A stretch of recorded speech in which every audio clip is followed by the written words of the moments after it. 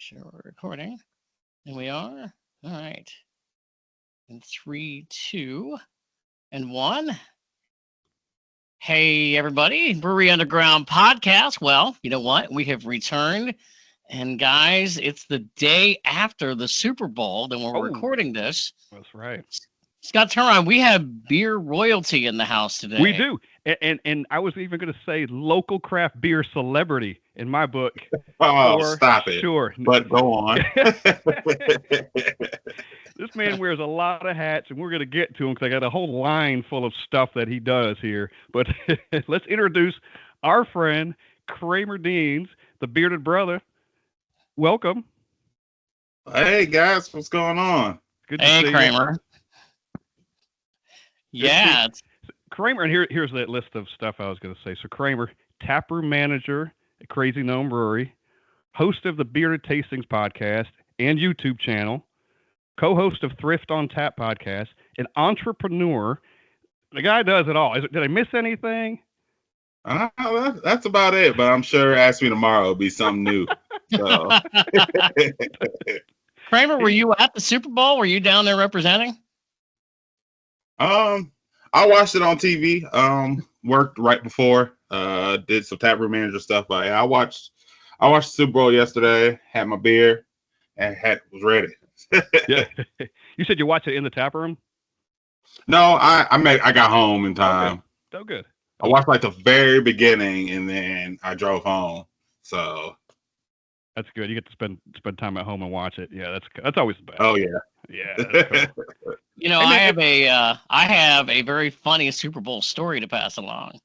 So Scott had texted me on the day of the Super Bowl asking what I was doing that day, and I was like, I really wasn't that excited about the game. I figured, that the Chiefs would probably win. So I stayed at home, and I thought I'll have a few beers at home, and I'll watch maybe off and on. Well, I got into it, and in the beginning of the third quarter, the power went out of my house. Ah. And there was like 7,000 people in my neighborhood without power. And everybody's outside with flashlights running around trying to figure out, what the heck was going on. And it was like the weirdest thing I've ever seen. I've never seen a power outage where some of the lights in your house were on, but the rest of them were off. And and naturally, really? And naturally, my internet didn't work. So I couldn't watch the game. And our electricity did not come back on until the game was over. do we need to tell you who won, or did you figure that out? Yeah, I think I know by now. Yeah, I think whoever did that was a Chiefs fan. Had to They may have been. They didn't want to see that wreckage. I don't know. Man. That score does not. I don't know. We want to go to sports route, but that score does not represent what actually happened in that game. You were right. Not that all. Score looks closer than that game was. It really should be like honestly 60-0. Like the way they were going, like that was a 60-0 game. I started looking up on the internet, had there ever been a shutout in the Super Bowl, because it looked like it was going in that direction. Right. Yeah. And like that bad of a shutout, not like a 7-0, 10-0. This is about like they kicked 3 field goals they easily could have scored on, so easily they could have had 63 points. I know. Easily. I know. And the longer I went, the more I wanted the Eagles to score, and the less I wanted the Chiefs to score. I was like, I kind of wanted to tell my wife, I was like, all right, they got the touchdown. I was like, it was like 34-6. I was like, all right, I need them to be like 40-6 to make it feel like it's a shutout. And then I think they put in the reserves, their scrubs in on the Eagles, so they ended up scoring a few times. But I was just like, that was really a 40-6 game. Like, 22 was a lie.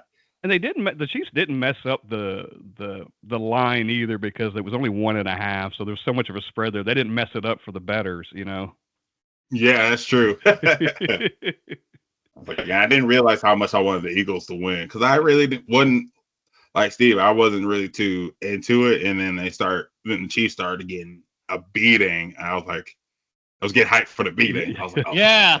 The only good thing about as far as like what I got to see was I figured by the third quarter, when my electric had gone out, that it was pretty obvious who was going to win the game. So at least I knew that. But to miss the rest of it, man, I was like, this sucks. Yeah. Anyway. Hey, Kramer, I know you're a beer guy, obviously, and we are too. Are you drinking anything tonight? Oh yeah, I am. I got me a nice crowler here just for the occasion. All right. Boy, what you got? We just released our West Coast IPA Hop Hop Goose at Crazy Gnome. So traditional IPA, West Coast, so it's going to be super resiny, but we did dry hop it with Equinox and Galaxy hops. So it's got a nice fruity, tropical kind of aroma, a little bit of aftertaste. It's real nice, real clean. Yeah. And that's coming from a guy that's not a huge, I'm an IPA appreciator, not a lover. Yeah.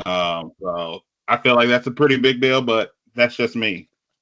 No, that's a big deal, especially that's a West Coast, because a lot of people that even like IPAs don't like West Coast too. So that's probably saying something for that beer. Yeah, and Crazy Gnome, we don't go super hard with like over dry hopping. We're not gonna make it the hoppiest thing you ever drank. So it's super approachable, super easy. So we dropped it like a few hours before the Super Bowl. So nice. So you're drinking it fresh then. Yeah. Yeah. So it's only a couple days old. That's nice. Nice. I'm drinking an IPA myself tonight, boys. This is the Apollo 13. Yeah. And this is from Johnson City Brewing in Johnson City. We were given this to us recently, and another IPA. So looking forward to getting this down tonight. Our buddy Eric Latham gave us that beer. Brought it over from Johnson City himself. There we go. I've got one that's made an appearance on this a couple of times on this program. Well, you can't see it up here. The No Crust by Marble Fox. Have you had that, Kramer? The peanut butter and jelly? No, not. Oh, I did. Yeah. I did. It was pretty good. I'm usually not too huge on like styles like that because sometimes they're just a little heavy on me now. Yeah. At my older age. They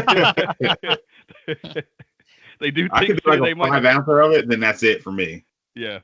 No, it's good. And they've when I say they improved it, they added more peanuts this time around than they did the first time they did it, and it's just that much better. They doubled the peanuts in it, so great beer. And it's the last one I've got, so I'm gonna have to reload tomorrow. Anyway. So. There you go. Hey, speaking of Crazy Gnome, you are the taproom manager over there. Tell us what some responsibilities that you have and that you do over there. So it's a little like y'all mentioned before. It's wearing many hats. So I help with social media.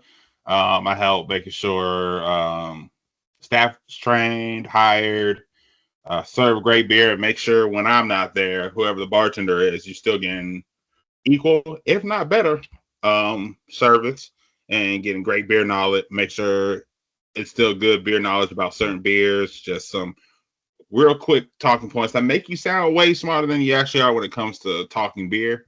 Just trying to give you some good talking points that kind of can keep the overly zealous beer nerds that want to ask about what hop lot is these Equinox. I'm like, you don't need to know that. Like, you don't need to. Do you like it or not? Kind of thing. Yeah, it's like Equinox. You need to know that it's going to be refreshing, fruity, and nice little bitter kick at the end. That's all you really need to know about that hop. Yeah. Do you get this a lot in the tap room where people walk in and they maybe don't know craft beer necessarily, and they say, "If you got anything like Bud Light or Miller Lite," and you probably get those questions, and you probably have something you can kind of point them to on the draft. Yeah, we do. We have like the Gold Trinket. It's American lager, beer flavored beer. You want beer, but you're not sure what you want, but you want beer. Gold Trinket is the answer every time. So, because you want beer, why not get something that tastes like it? Yeah. And it's good. So usually I go somewhere there, and we usually always have something light like that. Like we had the Belgian brioche before that. We'll do Red Hat, stuff like that. Something easy, crushable. That still got to give you that Bud Light feel but with love instead of Bud Light without it. Yes. So actually, when we were at your brewery, when we saw you about 2 weeks ago, I had the Red Hat, and it was pretty good, man. I liked it a lot. Yeah, that's what makes Crazy Gnome. So yeah, and it's funny you talk about that because we've heard so much about pale ales and lagers, especially lagers that are changing so much. and they're for the better now. That they're making lagers better. What do you think about that? Have you seen that over time as well?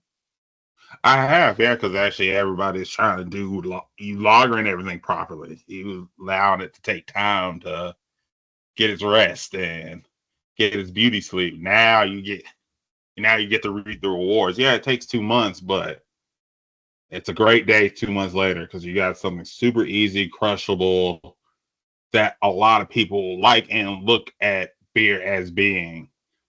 So I think like that's super important. I think you just gotta have something people are familiar with, and lagers now are what people are familiar with. With Budweiser being around 120 something years, so that lager style has been around, so you know it.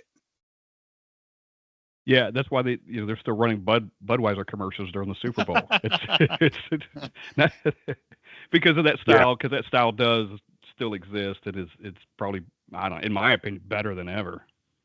Not Budweiser, but the style. Oh, right, yeah, just that style. No, I 100% agree. Yeah, but good stuff. The what was I tell you what, I was going to go back. We were there that's a week ago Sunday, and we brought my family. Some family was up from San Antonio, and some nephews had never been over. We brought them to Crazy Gnome to make sure that was one of the places they hit while they were here. They were, hey, you take us around wherever, and I said, where the places you want to go to, and I said, well, Crazy Gnome's got to be one of them. It just happened that you guys were there. We got to see you and Grayson, and everybody was kind of there that day, and everybody got to hang out and love the beer. Hey, that's what we love to hear. We definitely love to hear that, and we love that people that might be anti-style end up drinking that style. I can't tell you how many people have been scared of a black IPA, and then that ends up being their favorite. I can't tell you how many people were scared of the chili porter, became their favorite. I had a guy that doesn't like IPAs at all, tried our Velvet Sunshine last year. He drank like 4 in a row in that one sitting. So it's just like, that's always, I love seeing that. It's like, oh, I don't think I'll like black IPA. Just like, just try it. Mm-hmm. And if you don't like it, at least you know. Yeah. And so they end up trying it, and they're like, oh, I'll have another one of these. This is amazing. Like, I didn't even know these existed. Yep. I was like, see? And then what happens with those people is they go somewhere else and they see a black IPA on a board somewhere, and they're like, oh man, the last one I had was really good. I need to try these, because first of all, we don't see them enough anyway out in the wild. So, to see one, for me, I've always got to get one. Oh yeah. I think people are scared because it's almost like, it's just basically a supercharged porter, but you use a West Coast hop instead of a noble hop. Yeah, and then the darkness of it sometimes could be daunting to people. Oh, that's going to be a real heavy beer kind of thing, but that's not what that is at all. No, not at all. Same with like black lagers. A lot of people get scared of black lagers because it's just so dark. It looks like it's going to weigh 1,000 pounds, but it's crisp, easy, almost easier to drink than a lager at times. Times. Yeah. Yeah. So I'm assuming, Kramer, that one of your fun jobs that you get to do as Taproom Manager is you get to try the beer really before it goes out to the public. I mean, that's got to be a pretty cool part of your job, right? Oh yeah, that's one of the best parts, because you get to do the QC, just see if everything in at all stages, which is also very important. A lot of people think you just drink beer all day. I'm like, yes, but a lot of it's for legitimately for science. Yeah. And so making sure, because we can't put out an infected beer or a bad tasting beer or a beer that needs rest or time to complete its process out to the world. So it's got to be points. Even like for every good beer I have, I got to taste it at its worst in its process, because you got to taste for all flavors. You got to taste for diacetyl, which is just basically a fancy word for a popcorn smell, like buttered popcorn smell in your beer, which means it's not ready yet. So you need to let it sit. Sometimes you got to taste it. Sometimes you got to smell it. So like for every time I get to enjoy the final product, I got to enjoy it at its worst. You know that saying, if you can't enjoy me at my worst, you don't deserve me at my best. There so you go. Like, okay, when you're an awful hot burny IPA still crashing in the tank, all right, I got to try and make sure we don't get anything weird. Then I get to taste. Oh, I got to taste the bad part. Let me taste the finished product, and then get the pictures, do social media and stuff for it. So beer is a lot more purposeful than people just like, oh, you just drink beer all day. I'm like, yes, and also no. Yeah. So Yeah, it's always an interesting way to explain that. you're getting to taste it, like you said, you taste it along the way, but as it's evolving and progressing, you're like, okay, I've had the worst, like you said, it's getting better, and then you get to taste it at the end, and you're like, man, I can remember what it tasted like at its worst, and how far it came during that process. That's got to be cool. And no, I love it because, like, yeah, like you said, like, and also go a direction you didn't think it was gonna go. And you're like, oh, okay.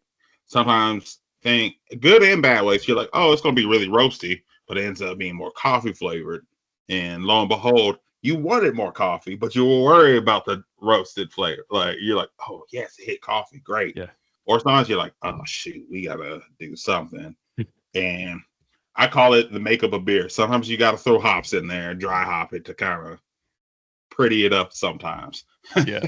Yeah. Yeah. So how much input do you have when it comes to the beer styles and, brewing the beer and making the beer? I mean, do you have a lot of input too? I don't do anything production wise. Right. I definitely do like taste the final product, like, hey, this needs more time, or hey, you might want to do this.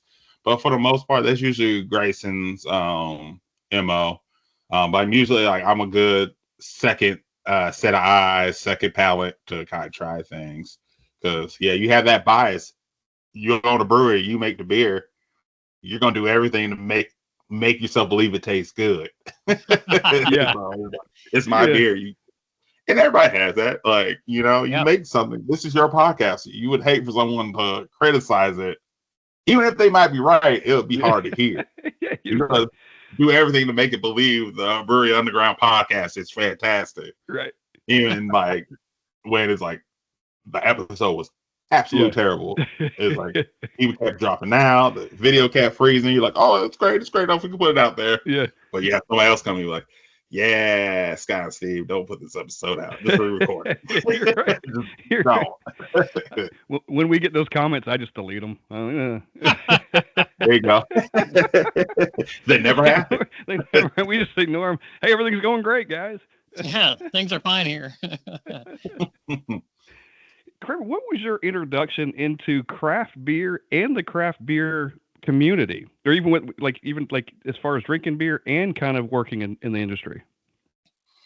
Drinking beer has been the thing since at too young of an age. I just make sure the moms I don't want to hear this don't hear the actual age I drank and where I first drank, but it was a while now, so I've always I like beer.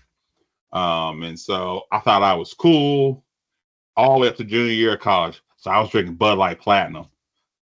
I thought I was king of the world. I was like, oh, ain't nothing better than Bud Light Platinum. You can't tell me a damn thing. Screw you guys. High ABV. Yep. It was about 5.5%, 6%. It wasn't. For the day. That was weak Bud Light. Right. It wasn't a weak Bud Light product at the time. And then my roommate was like, hold on, let me show you something. He showed me Shock Top Belgian Blonde, one in the orange can. And I had that one, and I fell in love with it. So then it just kind of built my world around craft beer, and I went to go search other things. So then it went to Grolsch. Then I had my first porter and stout. I forget who it was, but I fell in love with those. And I thought I had a pretty decent palate. That's why I knew having a palate was really important, because I had like a Green Man Flash IPA, a super West Coast tongue cutting IPA. And granted, I had like an infant palate at this time. And so I had it and I thought I was ready. And I took a big gulp of it.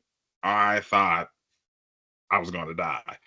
Because it's way too intense for someone with my young palate. Like IPAs, I don't care what anyone tells you, you don't want to drink that too early in your beer tasting days, because that's how you get out of beer real fast. Mm-hmm. But I already had stuff I already liked, so it wasn't hard for me to stay in the craft beer world.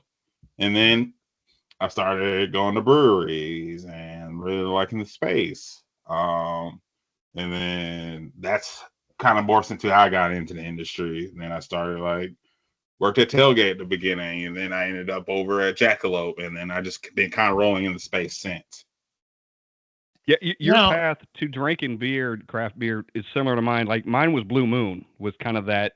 Not if people might not even call it craft beer at this point, but at that time it was a craft beer, and that was my transition into this craft. And from then on, it was, what's this next thing I can find? Oh, here's a style I've never had. And I'm like you, I was like, hey, IPAs came later, didn't like them initially, and now it's my go-to. But let's learn all these things. There's some sour something over here. Sure, let's go try that. And the journey continues for me still. I mean, anything new pops up, I'm drinking it. Yeah, I'm for it. Yeah, I'm the same way. Like Doppelbock, what is that? Now it's one of my favorite styles. Mm-hmm. New Heights had one, and I'm still hurt. Jeff and John over there, I'm hurt that y'all still don't have that Doppelbock back. That was so good. That was one of my favorite beers in the city. Really? Was that recent that they had it and was gone, or? Ooh, they had it. I know they had it before COVID, and I think it was gone before COVID because they had it for a while because it was in a homebrew contest, and the recipe won. It was called Excalibur or something like that. Okay. And they had it, and maybe they got rid of it in like 2018, 2019, 2020, somewhere in there. And like, I don't get heartbroken a lot, but when I heard they got rid of that and the triple they had, I was legitimately heartbroken at that. I love it. 7 years later, you're still thinking about it. You're like, damn it. Yeah. So get you right here. Hits me right in the feels every now and then. I think about it. I'm like, man. Kramer, it's funny Kramer, it's funny when you were talking about what kind of got you into craft beer. I know Scott mentioned Blue Moon. That was one of mine too, along with some Sam Adams. But the Shock Top, I remember early on. Now, I haven't had a Shock Top in a number of years, but I'm curious, you ever go back and get any Shock Top now? Or have you kind of more graduated because of, the... you got to go back to, remember, I get like a can like once a year just to commemorate my journey. Because I feel like you never kind of... It's like your true love. Like, yeah, it's like your first love. It's like, I'm never going to go back to it strictly ever again, but it's like, you taught me how to love, and you can't forget that. You know what I mean? Yeah. I was having a conversation just recently with somebody, and I said one of the ones that had got me hooked a little bit was the Sam Adams Cherry Wheat. And I remember drinking a lot of that in the beginning. And I haven't had one in a number of years. And I was at a store recently. I looked up and I saw it, and I just kind of smiled and started laughing. And I'm like, maybe one of these days I need to return to the old Sam Adams Cherry Wheat. It's like that closing scene in Batman when Alfred and Bruce saw each other. Not a word was exchanged, but just it's one of those, like, you just said that 45-minute to an hour conversation in a head nod, and y'all knew exactly what each other said. It's like that. You just remind me of that. It's just like, you see it, you're like, hey, old friend. That's fair. That's fair. You say that, and I haven't had a Blue Moon in forever. However, I have been to the Blue Moon Brewery in Denver, and that place is freaking amazing. It's fantastic. I went there a few years ago, and the stuff they have there is so good. That's why I used to be like, yeah, Blue Moon used to be craft beer, not anymore. Then going to the brewery, you're like, yeah, it's just a big craft beer space. It's just big. Yeah. That's all it is. But it's still craft. Their menu is very selective still. They still have everything as craft, like a craft brewery. So you're not really walking into corporate like I haven't been to Anheuser, but I heard good things. But I can only imagine that's as brewery like as possible, as much as it can be. Yeah. So big, giant, massive, brewery kind of thing. Yeah. Blue Moon still has that. At least the location still has that small craft, even though it's Miller Coors, and the place is great. Yeah, I think probably I would say 75 to 80% of the stuff they have in there, Steve, you're only going to get in that tap room. Right. They have all sorts of stuff in there. It's amazing what they have. Yeah, like their Blue Moon is like 3 other styles of it. I think they got like a mango one, like 2 other ones that are like, dang, they're just as good.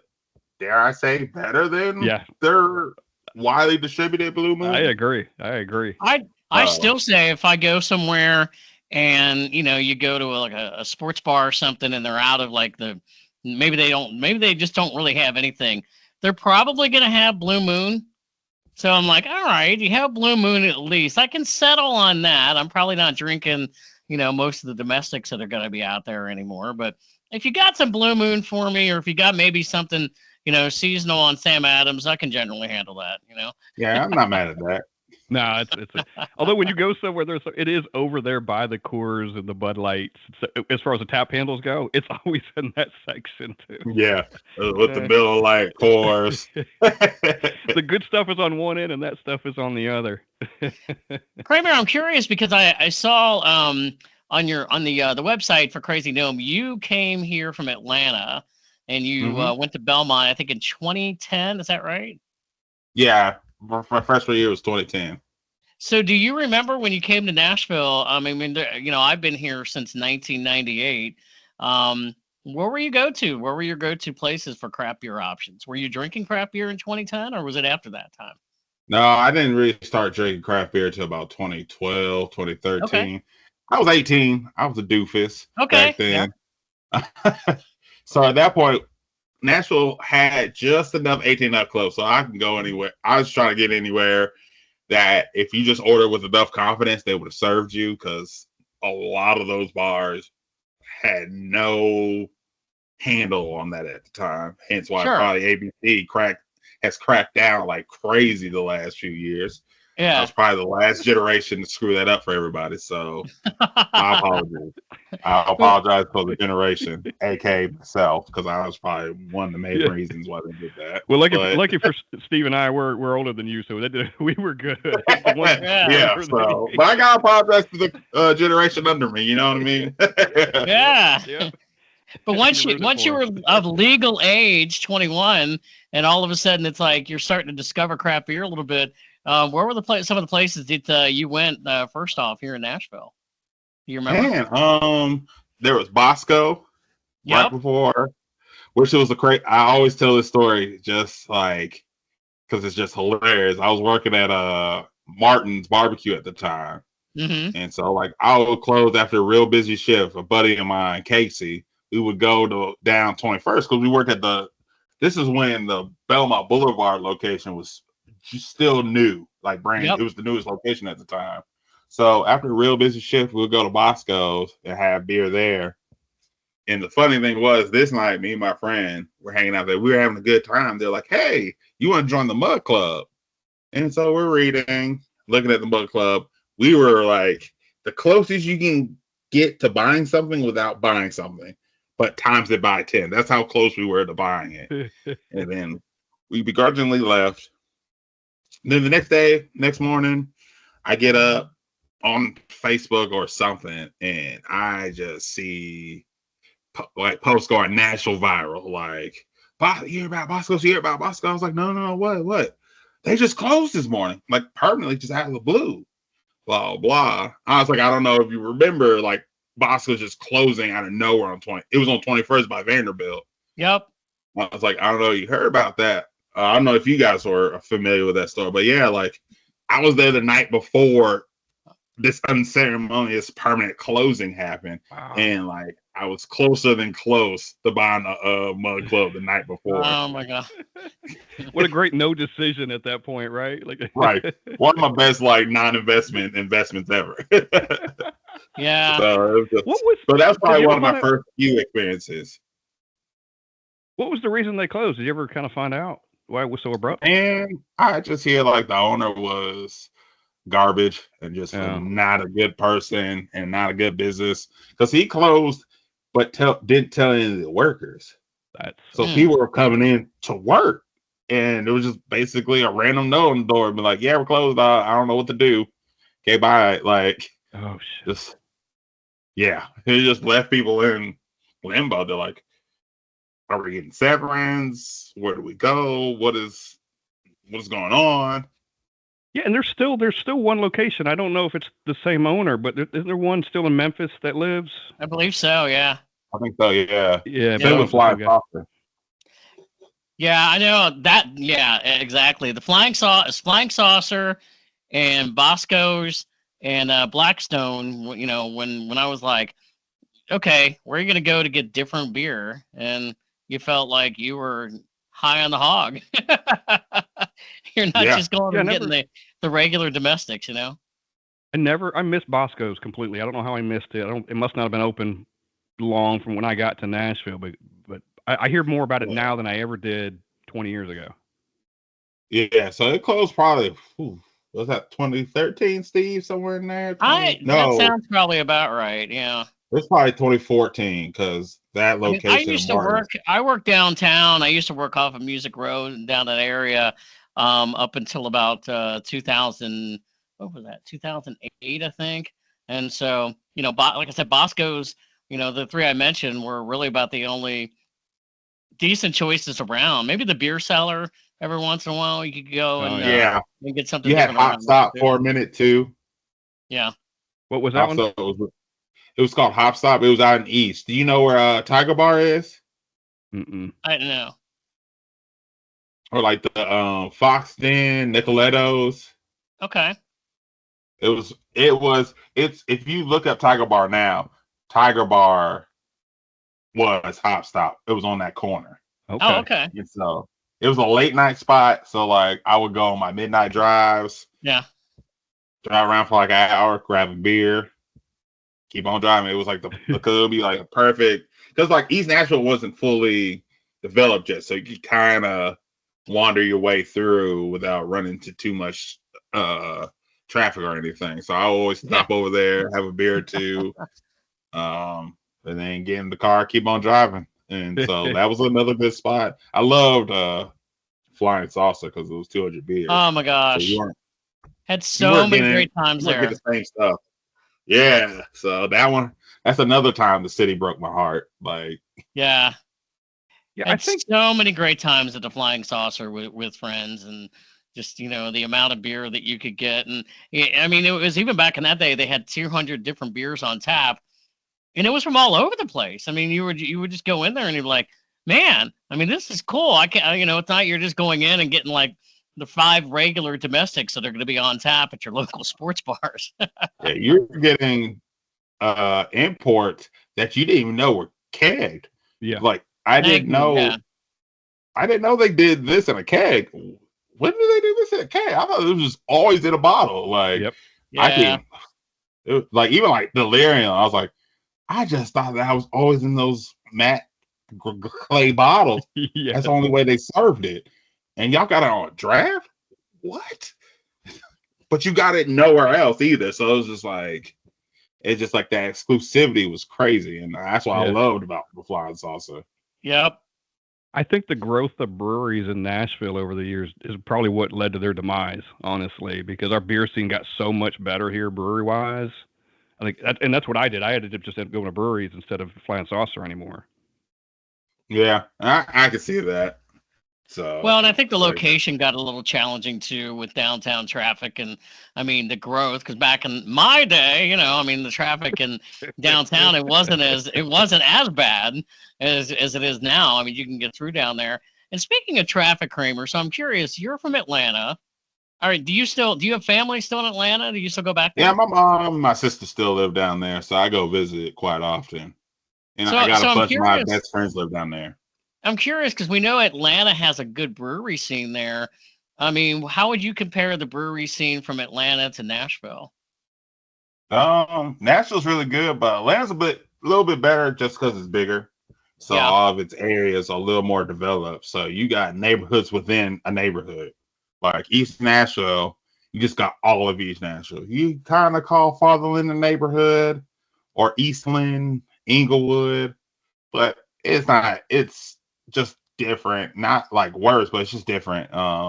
Basically Nashville is just like Atlanta's little brother about. So it's like it's very much looks just alike, but it's growing like how Atlanta grew when I was growing up as a kid. But it's just where I was as a kid here, where like, yeah, you got like downtown, some neighborhoods, but they weren't fully connected. Now, if you go to Atlanta, like if you go to like the East Nashville version of Atlanta, you got like Virginia Highlands, you got Moreland Avenue, all over that area, Ponce de Leon, Ponce City Market area. But that's all on the same side of town within 2 minutes of each other. So you can spend your time in that section of Atlanta and you're not going anywhere. And you get everything you need from breweries to good food to good entertainment. You got parks, you got places to hang out, and you don't have to go to downtown Nashville. Like, you don't have to go to one or two neighborhoods. Like, you could just like basically like, yeah, East Nashville's place to go. But like, imagine if Eastland and Fatherland basically had all the East Nashville within their neighborhoods, but you still had East Nashville as a whole. Like, so just like imagine now, like, yeah, all that, but within a neighborhood. So you're like, all right, I'm done with the Eastland side. Let's go to Fatherland. Cool, let's go. All right, let's go to the Main Street part of this section, and you are within 10 minutes, 15 minutes of anything. So it's like, I think that's where Nashville is going to head. And once it heads there, I think there's another step Nashville breweries could take then. But right now, like, I do think we are doing pretty well.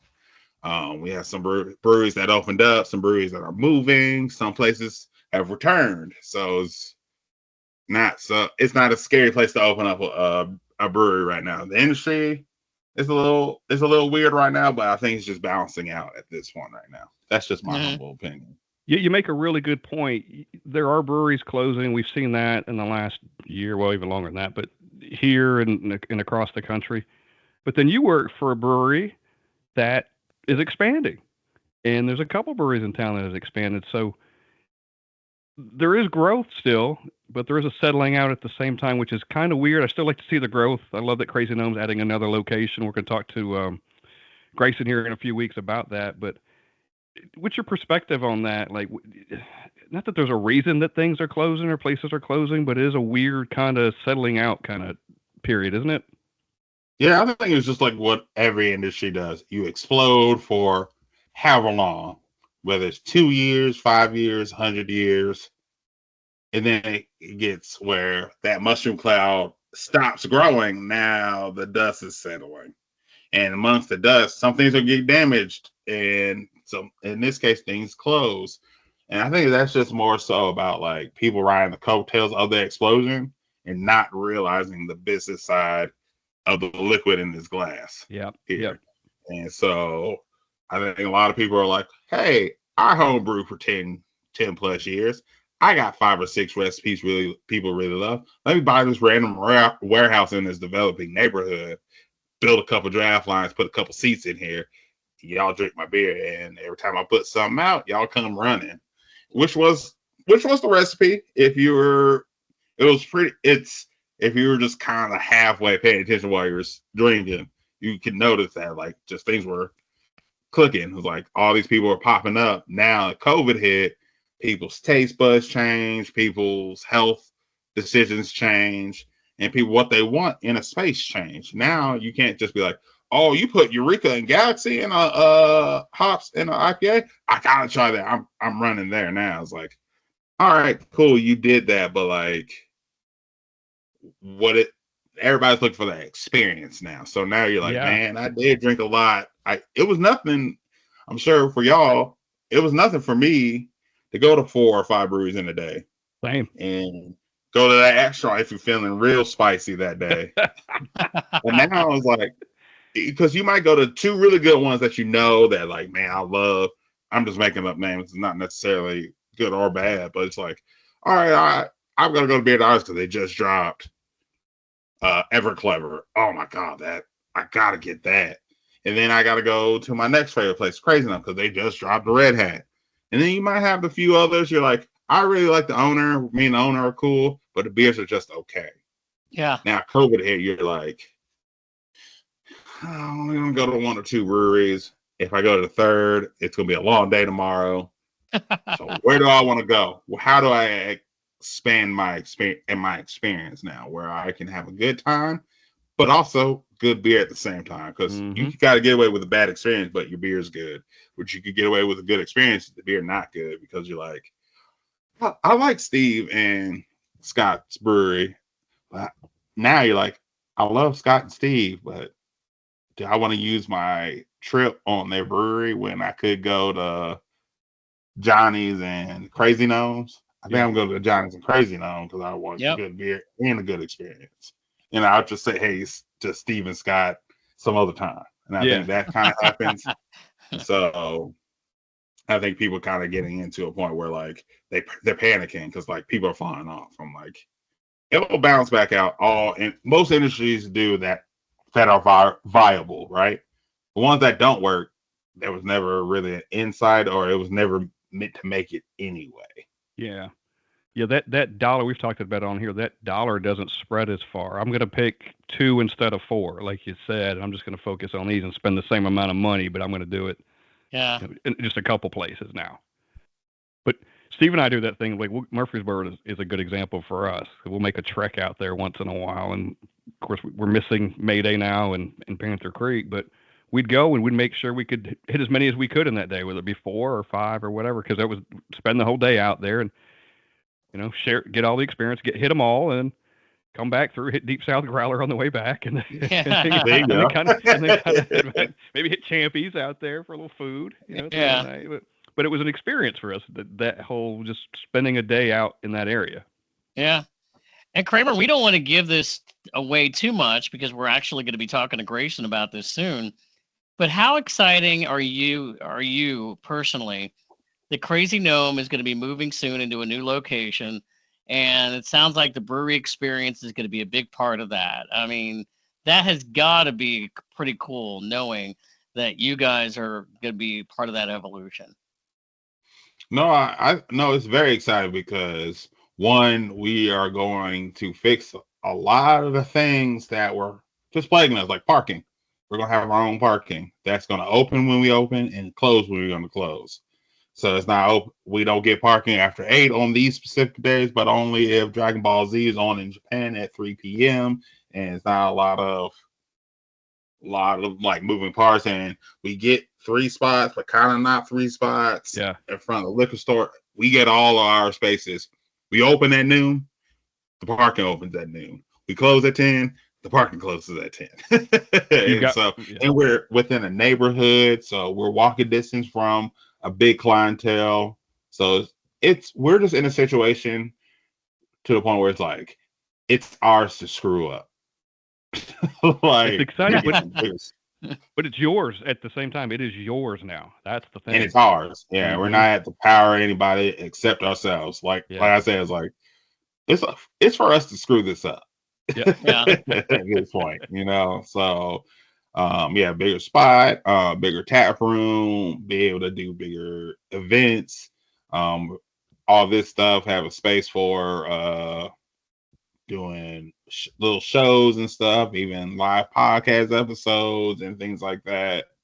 So, and we're gonna have an outside space and all that good stuff. So like there's a lot of things that are going our direction right now. And it's just up to us to push it as far as we can push it starting now. So, and we're going to try to do everything by the book and just kind of, like I said, not screw this up. That's all we really got to do is just, hey man, Crazy Gnome is in good hands with you and Grayson and the rest of the team. Crazy Gnome is in good hands, man. The future is bright for sure.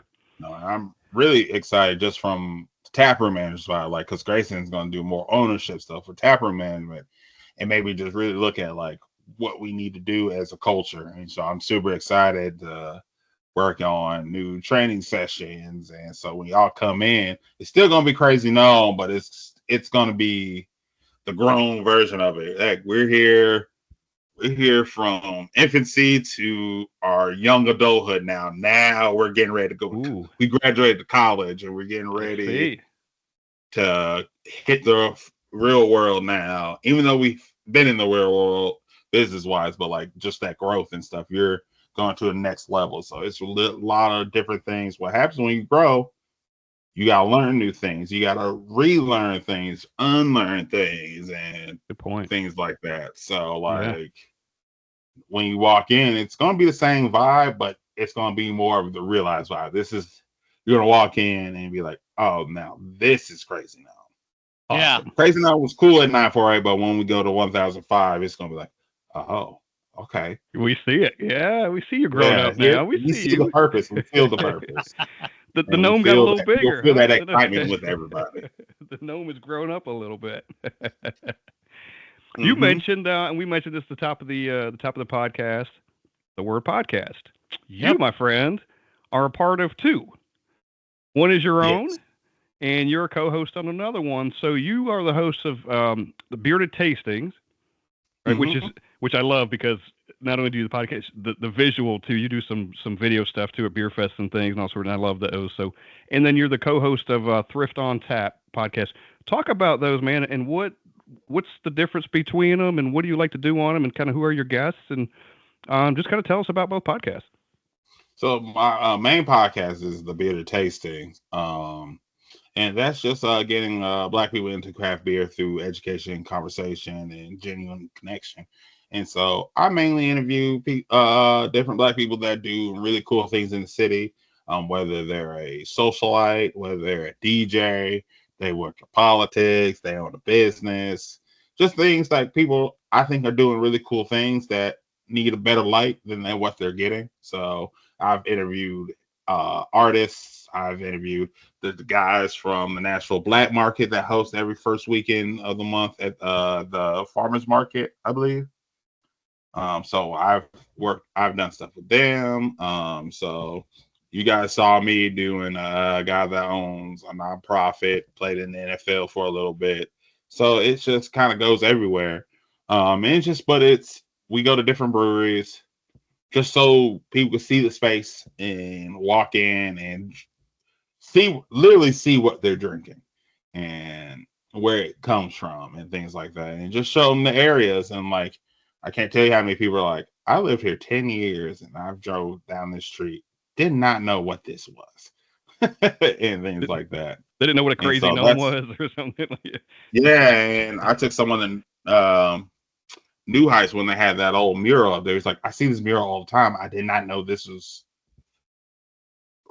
less than walking distance. It's a skip away from New Heights. And they're like, I didn't know this was here. I was like, yeah, man, like a lot of these places are in really cool parts of the neighborhood. Places you probably would hang out if you knew about it. And not now you do and things like that. But the difference with that is, well, Third on Tap is actually not a podcast. It's a shopping market I do with my wife. And we bring Black-owned businesses to different breweries. So they'll do like a little market, 10 to 12 vendor market of different things, from clothing to, if you're really into energy and kind of like that rock energy kind of thing, we got people like that. So it's always different vendors and stuff. You come in, you literally sip and shop, like grab a beer, buy some product. So like, you go to a vendor, we would give them vouchers where we agree with the brewery, like, hey,